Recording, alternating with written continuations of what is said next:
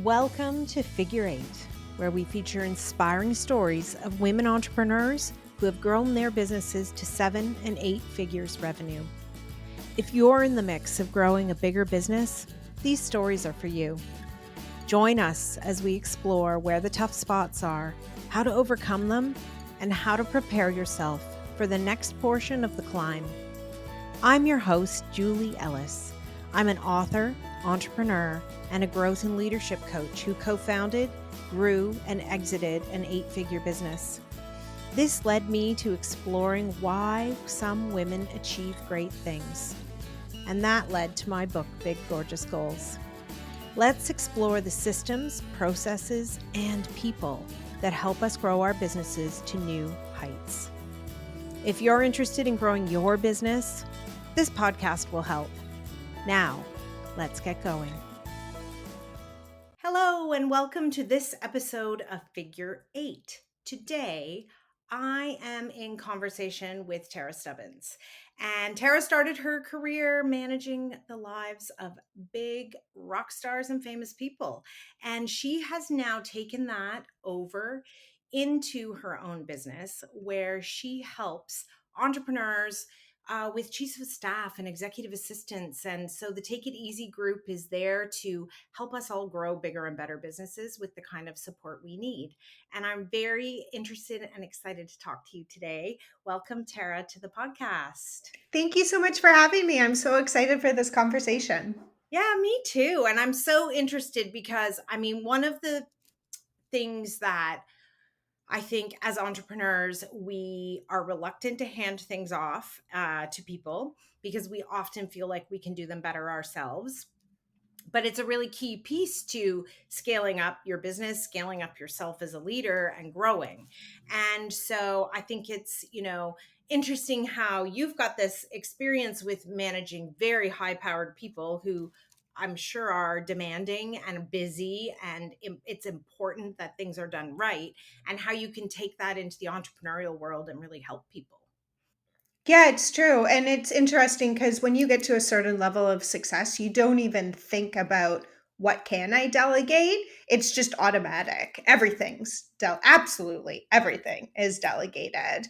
And I'm a true believer in the fact that successful people are successful because they understand what's noise in their day-to-day life and what they actually have to work on and focus on. And then the rest of us who kind of struggle to get over that hump of success are always thinking, oh, well, I'll just do it because I can do it faster. Or is this, noise? Or is this actually something that I have to concentrate on? So that once you actually figure out what you can delegate and what you can actually keep for yourself to move your goals and your dreams forward, then that's really the key in building big businesses and big success.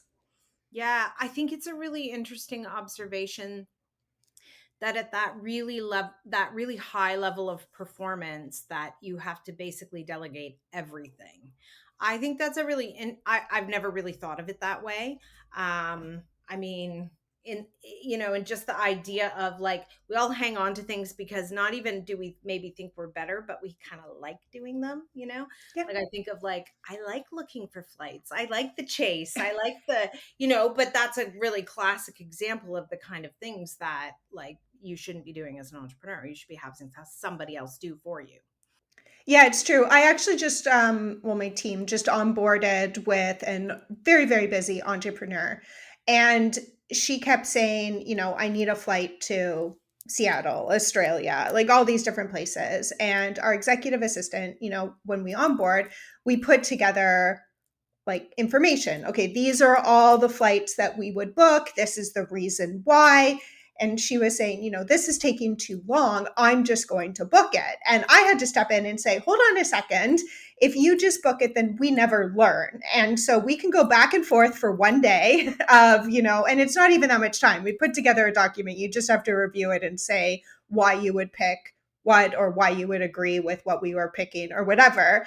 Literally 5 minutes of your time. And then we learn, and then we can do it all the time moving forward. But it is a good example. If you do enjoy doing it, then, maybe you book your flights for a big family vacation and not necessarily all your business trips. Or maybe you take one business trip a year and that's the one that you want to book. So fine, you can find other things to delegate if that's something that you really truly love doing. Yeah. But it begs the question of like, yes, you can love doing it, but is it actually, where I can make the most impact in growing my business, growing revenue, all the different parts of that, and really work in that like genius zone that's making me a successful entrepreneur. Yeah, love him or hate him, Elon Musk talks about it a lot, where he talks about, and I kind of hinted at it at the very beginning, of, what's noise in your everyday. And there's kind of a success rule that says you should concentrate only 20% a day on the noise and 80% of the day on everything else. Elon Musk does 100% on everything else. He is very, very good at just laser focusing on what needs to be done and only what needs to be done. Not the average person can do that. But, as new business owners, or even if you're been in business for a while, but you run a small team, there are always fires. There are always things that are being thrown at you on a day to day basis. So it's really trying to figure out, okay, what is the biggest thing that I have to accomplish today? Or what is the biggest problem I have to solve today? And is this noise, or is this actually something that I have to put out the fire with, or something that's going to move the needle on my goal? And it's a good exercise to do before you jump into anything, before you start problem solving, before you send that email, before you start writing the proposal. Just ask the question, is this the biggest fire I have to put out today? Or is this something that is actually going to move the needle a little tiny percent? It doesn't have to be big, towards what my big goal is. And if you say yes to one of the two, then go ahead. That should be something that you should concentrate on. If it's not, then it could be delegated. It could be put to, it could wait. It could be forgotten about sometimes, depending on what it is. So those are good questions to ask. Yeah. And I think even just, popped into my head as you were talking there, like the idea of what are all the little things that are on my to-do list that, Yeah. I don't actually need to do. They need to be done. But, and then you've got the stuff where like week to week, you're just rewriting it on a new list. Right. And so, and Oh, yeah. some of that is stuff that someone could easily handle. Some of it though, is the important work that you're not quite moving your project along because you're caught in all of those little details. Yeah, I always say that to-do lists beat us up as human beings, because they're just something that you just keep getting longer and longer and longer. Or, you write your list for the day and then you go out into the world thinking, or stay at home and do your work, get into your office and think, I'm going to get these three things done. And then it never happens. And then you feel horrible. You feel like you're, useless, that you're not good enough, that like, I can't build a business. I can't even do these three things on my list. So I love taking things out of my brain and putting them down on paper or in a virtual document, or something, and kind of creating a list that way. But creating a list that runs my day is something that I don't recommend, because you're always going to feel like a failure after. You're never going to get everything on that list done. Yeah. Yeah. No, it's true. And I've started having like, there's a big list, but on a daily basis, I'm like, these are the three most important things I need to get through today. And if I can Yeah. do more than three of them, I got a big list I can go look at, but I'm not like, it's not that constant, like, bleh. Yeah, I'm a big believer in putting that list on your calendar. So instead, so then you know exactly when you are going to do these three really important things. And if you have time for it, maybe you work a 9 to 5 job and have a side hustle and have a family, or all of us are dealing with a lot of things that also get put on our calendar. So if our calendar's full and then we have this sticky note of these 3 things that we want to do, it's hard to get those 3 things into the calendar and when we're actually going to have time to do it. So I love scheduling it in. Now, a lot of times you're either going to book too much time for the task or not enough time. And it's going to feel a little frustrating trying to fit it in. Oh, I can never fit these tasks in. But that's something that's habit that you can build over time and practice of, okay, these things take me half an hour or 3 days or whatever it is. Or the idea that maybe the task you're trying to accomplish is actually in 3 parts. And so you should break it into the 3 parts and schedule the time. Exactly. And have any of us always like put off, I know I do this all the time, put off projects that I don't like. So a lot of times it's like reconciling my books or bookkeeping because I think that it's going to take thousands of hours to do. And I put it off, put it off, put it off. And then finally I sit down to do it and it takes 20 minutes. And I'm like, why did I put this off for so long and block a whole Saturday in my calendar to do it? It happens to me all the time. I'll trick my brain with those sometimes. I'm like, well, I'm putting it off. I'm going to set the timer for 30 minutes. I'm going to close all my apps and put my phone back there.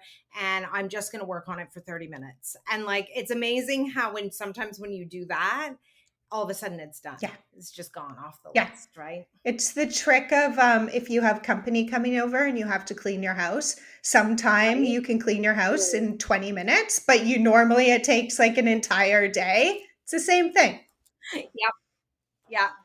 So when you started out and you were working with these really high profile people, how did that kind of, I mean, dropping into someone's life who is already accustomed to handing everything off, what was that like? And how did it open your eyes to how they lived versus how like the rest of us kind of manage our own lives? Yeah, it really opened my eyes to how I was always very fascinated from the moment I started in that career and path in life of why these people? Why are these people the ones up on stage bringing in hundreds of thousands of people a night or making the really really big movies or whatever they building these big businesses? Why them? Is there like this lottery of life?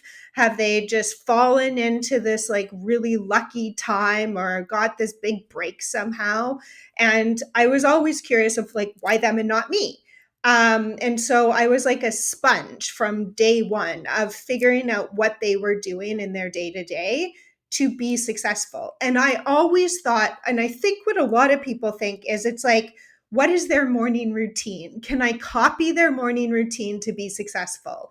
And then I realized, well, they all have different morning routines. Some get up at 5 a.m., some get up at 1 p.m., some, run a marathon before they work, some smoke a cigar and drink a bottle of Jack Daniels. Like it depends on who you are. So I always kind of thought, well, that's not something that I can actually copy. And then I started realizing that it was 3 things. It was one, what we talked about, focus. They had a goal and they understood what their goal was all the time. And they always knew what they were driving for. It wasn't anything wishy washy. It was, I want to write the best song and go to number 1. I want to sell out this arena for the very first time. I want to win an Oscar. Whatever it was, they had big goals, and whatever they did in their day to day, they were driving towards that. And I think that delegation is like other things we were talking about, is a habit. So they have gotten to the point where they don't even have to think. Can you go do my dry cleaning? Can you do this? They're not embarrassed by it. They're not ashamed that they're asking for it. It's just something that they have done to build this success and that they just keep doing it. And people around them, if you have good people around you, They want to help. They want to do the things that you are asking so you can go and do whatever. I wanted to help. I wanted to do all those little things. I didn't want to sing on this stage. I was more than happy to go get coffee or whatever it was. Um, so taking that shame away and really understanding where, or embarrassment, and really understanding focus. And then the other thing I learned was um, they never multitask. They always are focused on one goal and one goal only. It's not, okay, I'll write a book and I'll start a podcast and I'll start then my coaching funnel and then maybe I'll make some candles and then all by December 31st or December 1st. It's like, no, they are, training for a marathon or, rehearsing for this world tour. It's one big goal and that is it. And then all the other things can come in after once you're successful at one. So, really understanding, again, that focus in what you are actually driving towards. Yeah, I think that's a really great point because I think so many of us are operating with so many lanes open and so many big rocks we're trying to push up the hill. And then, you see people get frustrated because they're not making enough progress in any one place. Yeah, it's true. And it's about efficiency too. So some of us have probably heard that, to go fast, you actually go slow. So you slow it down and kind of think if you're running towards things so quickly, you're not actually, the tortoise and the hare story. You're not actually going to win the race. Same with efficiency. If you're trying to do everything, you're not going to be able to get everything done. Efficiency is actually about focusing on what you can get done and getting rid of everything else. And I talk to a lot of people who say, I'm just starting out. I'm a single mom. I have no money. I'm barely making ends meet. How am I supposed to delegate anything? And I always say there's always a way. You can trade services. You can ask a neighbor if you can maybe look after their child for one day while they work, and then they can look after your child. Whatever it is, there's always ways to be creative. It doesn't have to be spend $50 or $10 or $1,000 to get something off your plate. Yeah. Yes, and it's so interesting because I think, as somebody who has some help in the role I occupy right now, every now and then she's like, "Julie, I need you to give this to me." like, Yes. oh, okay. Like when then you realize like you're the barrier actually to her getting her job done, right? And Yeah. so those little nudges are great, but it is that like um you need that person who has that amount of proactivity too, I think, as you're learning about delegating and as you're learning about how to just unload things because, they need to be able to come in and say, very gently, of course, that, hey, let me do that for you. Yeah. It's kind of a catch 22 because sometimes you don't want to spend or you don't have a lot of money to spend on that proactive partner that can actually help you. But delegation is a habit. You don't run on a treadmill and think that after an hour you're going to lose 20 pounds. It would be nice. I would love that, but it doesn't happen. Same with delegating. You can't delegate one task and now think that you're a master of being able to focus on the one thing. So if you have to hire, free labor or, inexpensive help while you're first kind of learning to at least let go of something, I think that's a great stepping stone. And then you will actually realize that, okay, I let go of this CRM spreadsheet project and I actually got this big funnel laid out by myself that I've never had time for, or I had a creative moment all of a sudden because I wasn't thinking about my taxes because I let that go. So then you can actually go, okay, well, that funnel or in that creative moment actually made me $100 extra. So now I'm going to take that and invest it in a more proactive partner. That's obviously an extreme example, but hopefully you understand what I'm talking about there. Yeah. Yeah. And so how did you, I mean, I think the like question, I mean, the rock and roll life, managing these like really high powered people is like a life lots of people are like, wow, about. Yeah. How did you get into that business? What was it that led you down the path to working for some of these famous names that we all know? Well, I have to say it was maybe, I don't know, a stupid decision, but maybe not. It was definitely not a planned out path of mine.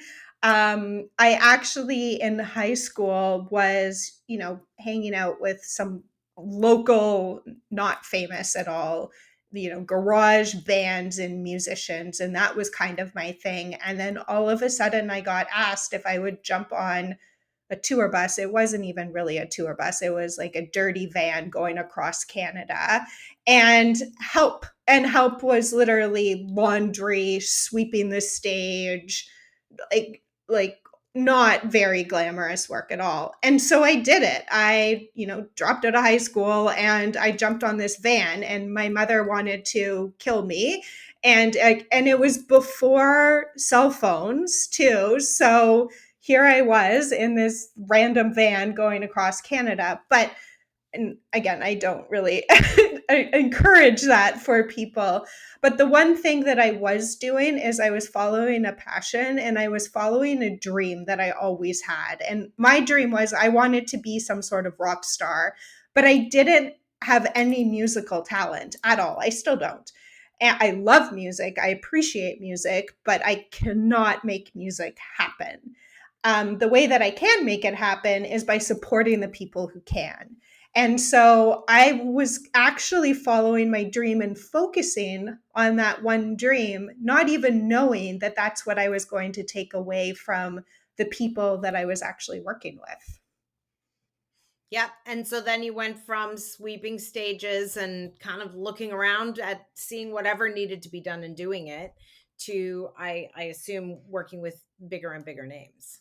Yeah, the kind of entertainment industry, like the film industry, it's a small industry, so you can build a name for yourself pretty quickly if you enjoy what you're doing and bring something and bring like positivity to the table. There's a lot of people who want to use it as a stepping stone or and aren't actually enjoying what they're doing on a day-to-day basis, and that brings everyone else down. So because I absolutely loved doing what I was doing, I wanted to help people. I wanted to just do whatever I could to make their days happier and easier. And so that is how I could build a name for myself and then get asked to do bigger and bigger and bigger tours.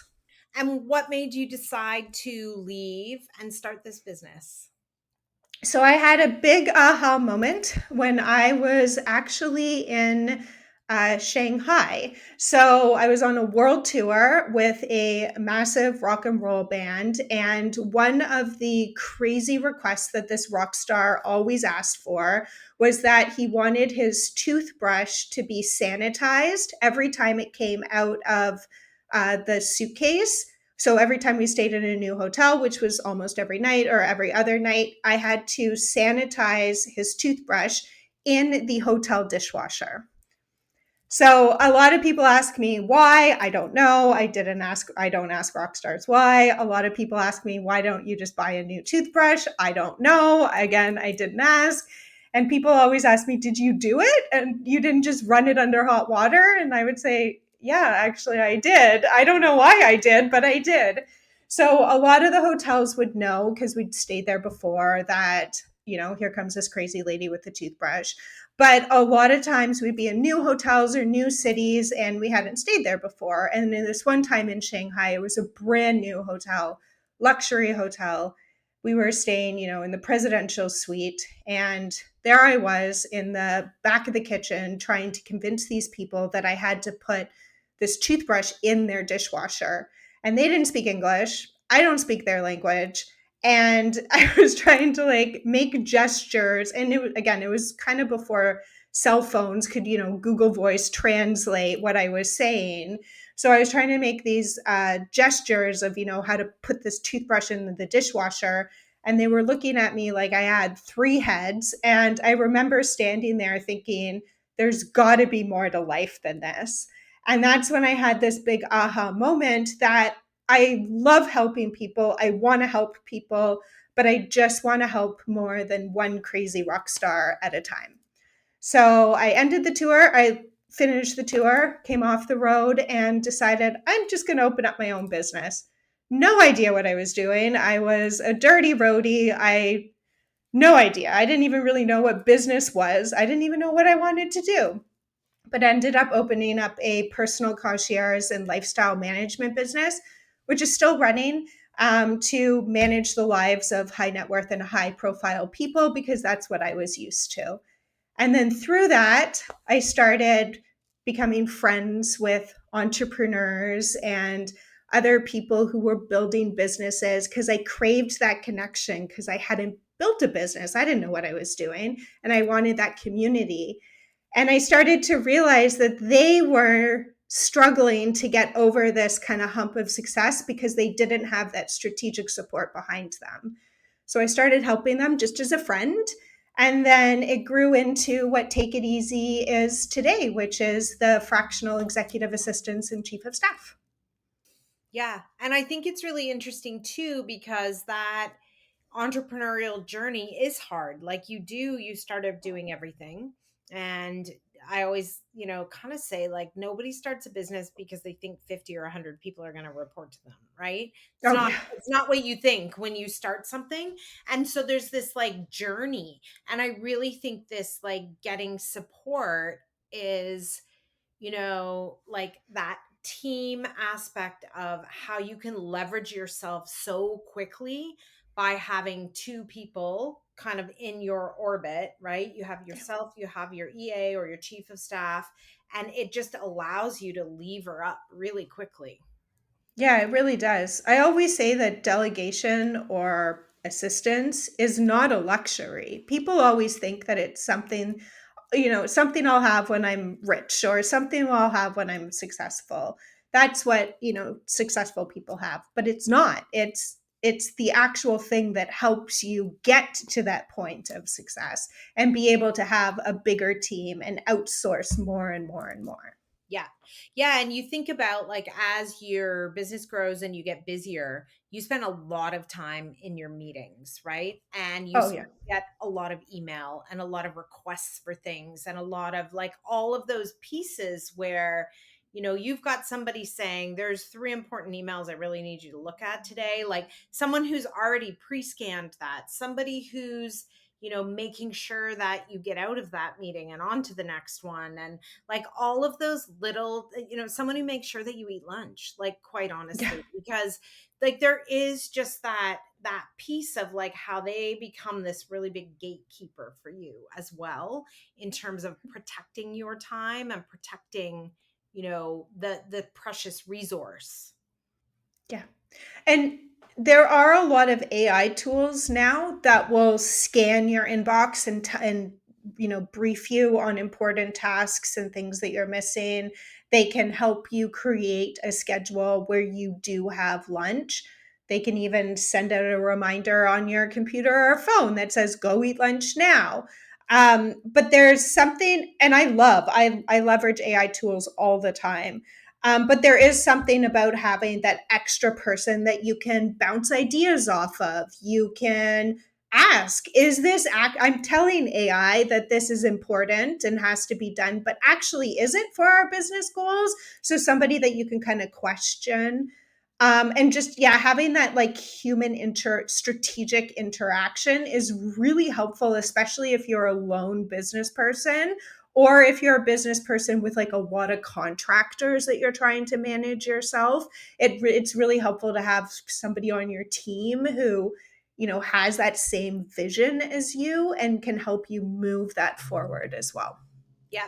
And when you think about like the role of like an executive assistant versus a chief of staff, where do you see those kind of differences in what people need and how the roles function? Yeah, so executive assistants I think of as definitely more administration heavy. Administration, but with a strategic edge. So obviously, calendar management, inbox management, project management, helping push tasks forward. kind of light team alignment. So, these are the projects of the whole organization, who's kind of putting what, across the finish line, and how can I help with anything, meeting notes, or yes, AI does that, but like generating it and putting it out to the team, and different things like that. That's what I would say a good strategic executive assistant does.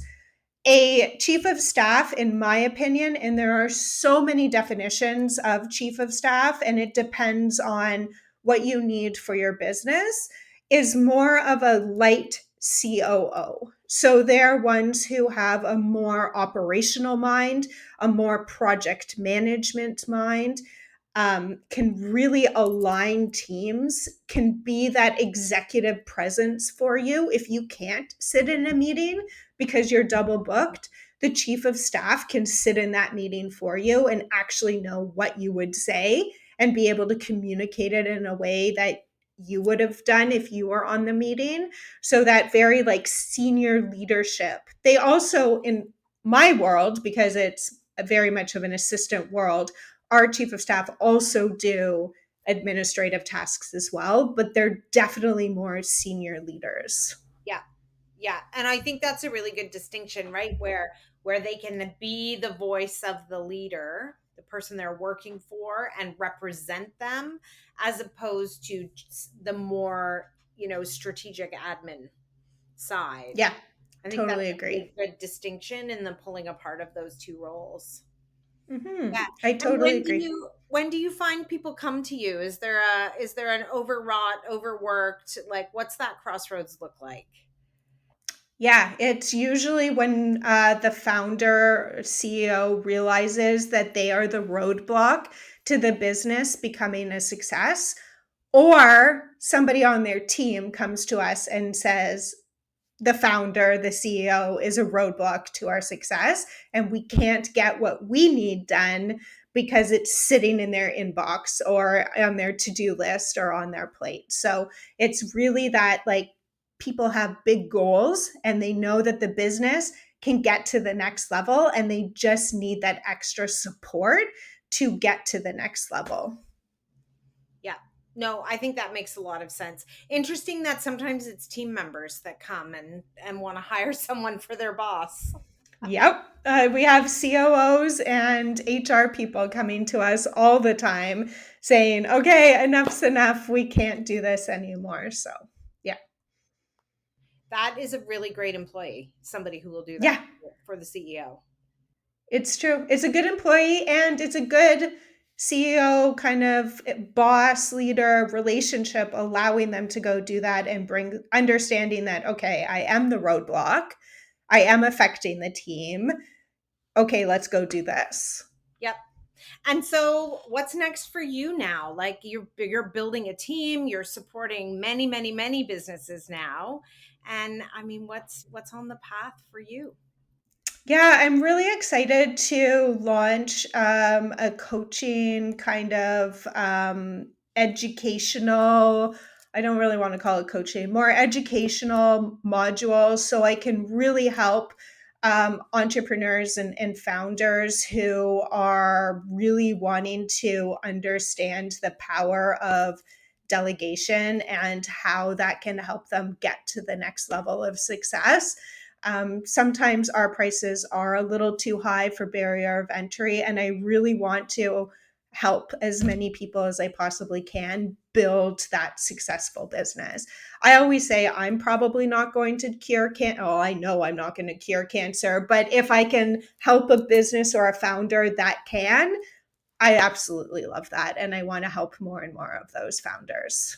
Yeah. Well, and I think that's really interesting because, yes, for the person who's sitting here thinking, that all sounds great, but I can't afford, it's that, how do you position yourself in the right way by some of the bartering or the things we talked about earlier? But how do you position yourself to be ready and know that when the day comes, you're going to be in that position where you understand how to get the most out of that relationship? It's true. And also I see a lot, just because I'm in like the fractional service based world. I talk to a lot of other fractional and service based leaders and coaches. And I always hear the same thing. And they do really, really well at the beginning because it's all referrals and word of mouth. A lot of people leave their big corporate jobs with, big networks, and they have a wonderful first year. But then the clients start falling off there, and they haven't actually started building a pipeline or a marketing strategy or really anything because they've just been busy servicing their clients, which is absolutely necessary. And yes, referrals will happen, but using referrals as your main lead generation source, it's going to dry up at some point, or you're not going to be able to build and scale to a level that maybe you want to. If you just want one or two clients at a time, then fine, absolutely. So, really allowing people and teaching people how to actually think about all these important aspects of the business and also successfully service the business or your clients at the same time, being a small team of one or two people. Yeah, I think that's great advice for people to think about as they navigate the business development, Yeah. delivery, roller coaster that happens. I think that's really great. Yeah, because how many of us have been, so busy we haven't thought about business development? Then we lose that big client, or we lose two of them, and then we panic. And then it takes 6 months to actually get another client because you have to build up the momentum again. Yeah, and then you have the client, you stop business developing. Yeah, It is those cycles that you very clearly see people getting into. yeah, Yeah. Good. absolutely. Well, I'm very glad that businesses like yours exist, and I think you can make a real difference for entrepreneurs. And I hope that this was helpful for the listeners to think about how to get better at delegating. Yes, I hope so too. And thank you again for having me. Yeah, thanks so much. Take care. I hope you enjoyed today's episode. Please remember to hit subscribe on your favorite podcast platform so you won't miss any episodes. Figure 8 isn't just a podcast. It's a way of seeing the big, gorgeous goals of women entrepreneurs coming to life. If you're interested in learning more, you can find my book, Big Gorgeous Goals, on Amazon anywhere you might live. For more about my growth and leadership training programs, visit www.julieellis.ca to see how we might work together. Read my blog or sign up to get your free diagnostic. Are you ready for growth? Once again, that's www.julieellis.ca. When we work together, we all win. See you again soon for another episode of Figure 8.